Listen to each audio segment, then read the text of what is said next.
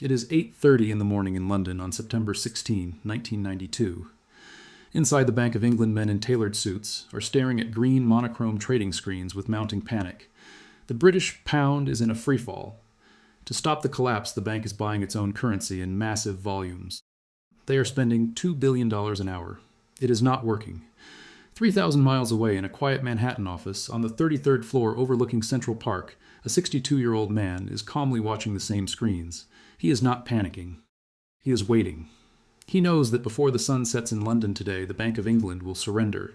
He is about to make $1 billion in a single afternoon. This is the story of how George Soros broke the Bank of England in 1992. It is the day one man defeated an entire government. But to understand how a single hedge fund manager forced a sovereign nation to its knees, you have to go back to 1944 in occupied Budapest. A teenage Soros is navigating streets controlled by Nazi forces. To survive his father, Tivadar, a lawyer secures false identity papers for the family. They strip away their names and assume Christian identities to blend into the background while their neighbors are sent to face terminal outcomes. Soros learns a lesson that will define his entire life. The rules that govern society are fragile, and when a system is under extreme stress, the people who wait for official permission are the ones who do not survive. He learns to spot the difference between the brutal reality of a situation and the comforting illusion everyone else believes. After the war, the system in Hungary changes from fascist to communist, and Soros realizes he must escape. He flees to London in 1947. He is penniless. He works as a railway porter and a waiter while studying at the London School of Economics. There he sits in the lectures of a philosopher named Karl Popper. Popper teaches a concept about human understanding being inherently flawed. He argues that we can never truly know the absolute truth because our own biases distort our perception of reality. Soros takes this philosophical idea and builds a ruthless investment strategy around it. He calls it the theory of reflexivity. Conventional economists of the era believe markets are rational. They believe asset prices naturally seek a perfect equilibrium based on underlying data. Soros believes the opposite. He believes markets are driven by human bias, and that this bias actually changes the economic fundamentals. When investors believe a stock is valuable, they buy it. This raises the price, which allows the company to borrow money cheaper, which makes the company structurally stronger. The belief creates the reality. But Soros knows this works in reverse, and it has a mathematical limit. When perception and reality drift too far apart, a rubber band stretches. Eventually, the tension becomes mathematically impossible to sustain. The rubber band snaps. By 1990, that rubber band is stretching violently across the English Channel. The British government, led by Prime Minister John Major, makes a fateful decision. They join the European exchange rate mechanism. The ERM is an ambitious political project. French President François Mitterrand and German Chancellor Helmut Kohl heavily advocate for it to keep European currencies perfectly stable against each other. It is the vital precursor to the euro, designed to prevent extreme price fluctuations and bind the continent together financially. Britain locks the pound sterling to the German Deutsche Mark. They fix the exchange rate at exactly 2.95 marks per pound. The government promises the world they will keep it there. They make it a matter of fierce national pride and economic credibility. But there is a massive fatal flaw hidden in the architecture of this agreement. The British economy is incredibly weak. Inflation is running high, exports are struggling, and unemployment is climbing. The German economy, on the other hand, is dealing with a massive geopolitical shock. In November 1989, the Berlin Wall falls. German reunification begins. Rebuilding East Germany cost hundreds of billions of marks. The German government prints massive amounts of money to pay for infrastructure and social programs, which sparks deep domestic fears of rampant inflation. To control this inflation, the fiercely independent German central bank, known as the Bundesbank, raises interest rates to historic highs. This is the mechanical trap that sets the stage for the greatest trade in history. Because interest rates in Germany are incredibly high, global investors naturally want to hold German marks to earn that high yield. Capital flows rapidly out of Britain and heavily into Germany. The free market wants to push the value of the German mark up and push the British pound down. But Britain cannot let the pound drop. They signed a treaty. They promised to maintain the peg at 295 marks, with only a tiny margin of error allowed. The only way for the Bank of England to keep the pound artificially strong against this market pressure is to do one of two things. They can buy their own currency on the open market, using their finite foreign exchange reserves, or they can raise their own interest rates to match Germany and attract capital back to London. But raising interest rates in an already weak economy is absolute economic suicide. It makes borrowing highly expensive for struggling businesses and pushes variable mortgage rates to impossible levels for everyday homeowners. The British government, led by John Major and his Chancellor of the Exchequer Norman Lamont, absolutely refuses to devalue the currency. They stubbornly bet their political survival on an illusion of control. Inside Soros' quantum fund, a 39-year-old portfolio manager named Stanley Druckenmiller is watching this catastrophic contradiction play out. Druckenmiller is the day-to-day architect of quantum's trades. He is a master of macroeconomic trends, and he sees that the Bank of England is effectively cornered. If they raise rates, they destroy the British housing market and trigger a massive recession. If they do nothing, they run out of reserves and the pound falls out of the ERM anyway. Druckenmiller goes to Soros in August 1992. He pitches a $1.5 billion bet against the pound. He meticulously explains the structural flaw and the math behind the inevitable collapse. Soros listens quietly. He looks at the asymmetrical risk profile of the trade. If they are wrong, and the pound miraculously stays in the ERM, they lose a small amount of money in transaction costs and interest. If they are right, and the peg breaks, they make an absolute fortune. But Soros looks at Druckenmiller and tells him he has the sizing completely wrong. Soros believes that when you are confident, you are mathematically right. You do not take a small cautious position. You go for the jugular. Soros orders Druckenmiller to increase their short position to an astonishing $10 billion.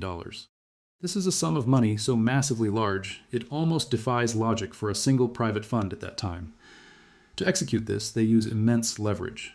To short a currency, you have to borrow it first. Druckenmiller and his team pick up the phones and call the major global investment banks. They borrow massive sums of British pounds. They immediately sell those borrowed pounds on the open market and convert them into German marks and French francs. They are essentially selling something they do not own, hoping the price crashes. They plan to wait for the pound to collapse, then buy back the cheap pounds, repay their initial loans, and keep the massive difference as pure profit. They are not the only ones doing this. Other elite macro hedge funds like Bruce Kovner's Caxton Associates and Paul Tudor Jones are circling the wounded currency. But the quantum fund is the apex predator providing the heaviest downward pressure. The tension builds continuously through early September. The Bank of England quietly burns through hundreds of millions of dollars trying to absorb the relentless selling pressure. Then the ultimate catalyst arrives. On September 15, the president of the Bundesbank, Helmut Schlesinger, gives an interview to a German newspaper. He suggests offhandedly that some European currencies might need to be realigned. It is a subtle, heavily coded hint, but in the ruthless, highly tuned world of high finance, it is an absolute declaration of war. Schlesinger is signaling clearly that Germany will not lower its interest rates just to save Britain from its own bad policy. The markets smell blood in the water. The next morning, September 16, 1992, is Black Wednesday. As the sun rises over London, a tidal wave of sell orders hits the currency markets. Druckenmiller and Soros are selling aggressively from their desks in New York. At 8:30 in the morning, the Bank of England intervenes. They dump £1 billion of foreign reserves into the market to buy sterling. The price does not even twitch. The selling volume is simply too massive to absorb. At 9 in the morning, Chancellor Norman Lamont authorizes the bank to spend another $2 billion. The market swallows it whole in minutes. The British government is bleeding cash at an unprecedented, horrifying rate. Behind closed doors at 10:30 in the morning, Lamont calls Prime Minister Major. They are desperate.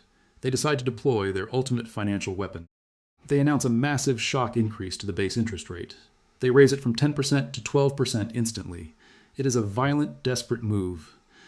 In just a single second, for a normal British family with a variable rate mortgage, their monthly payment just skyrocketed to a devastating level.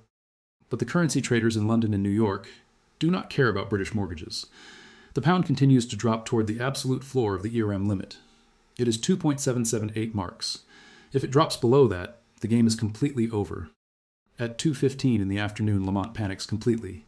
He goes back to the microphones and raises interest rates again, this time to 15%. It is a 5% interest rate hike in a single chaotic day. This is the exact moment private capital proves it is stronger than the sovereign state. Traders on trading floors across the globe actually laugh at the screens. They know the British economy cannot survive 15% interest rates. They know it is a political bluff, and George Soros is calling it without blinking. The selling accelerates wildly. The Bank of England is essentially vaporizing its gold and dollar reserves to defend an imaginary line drawn by politicians. By 4 in the afternoon, the vault is effectively empty.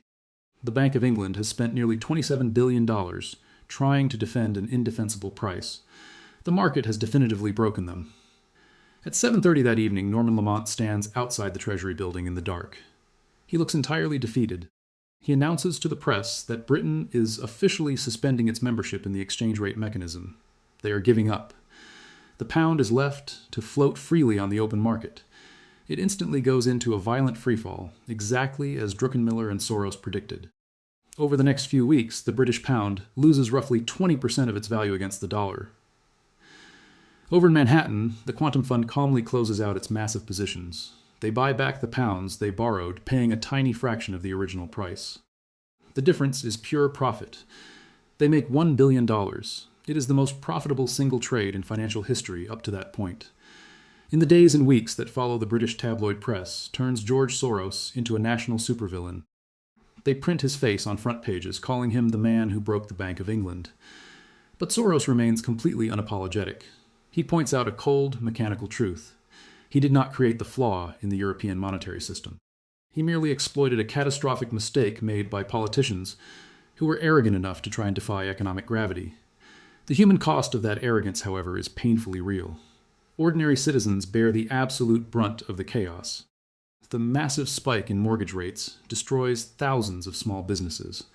Repossession rates on homes soar as families lose their properties, and hard-earned savings are wiped out by the sudden severe devaluation of their currency.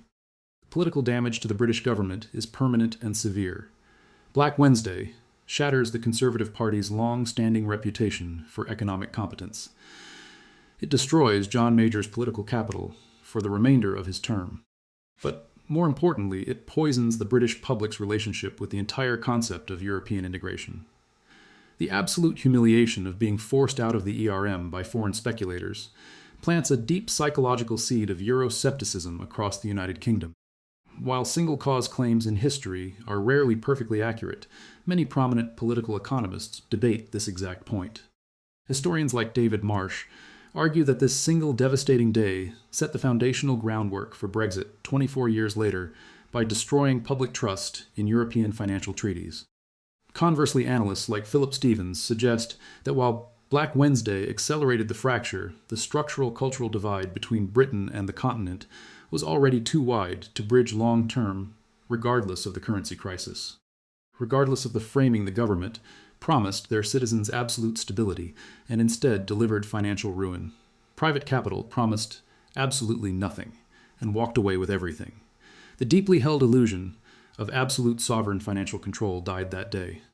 George Soros proved that no matter how much gold a government holds in its vaults, and no matter how many promises politicians make on television, a sovereign state cannot stop the raw mathematical force of the global free market.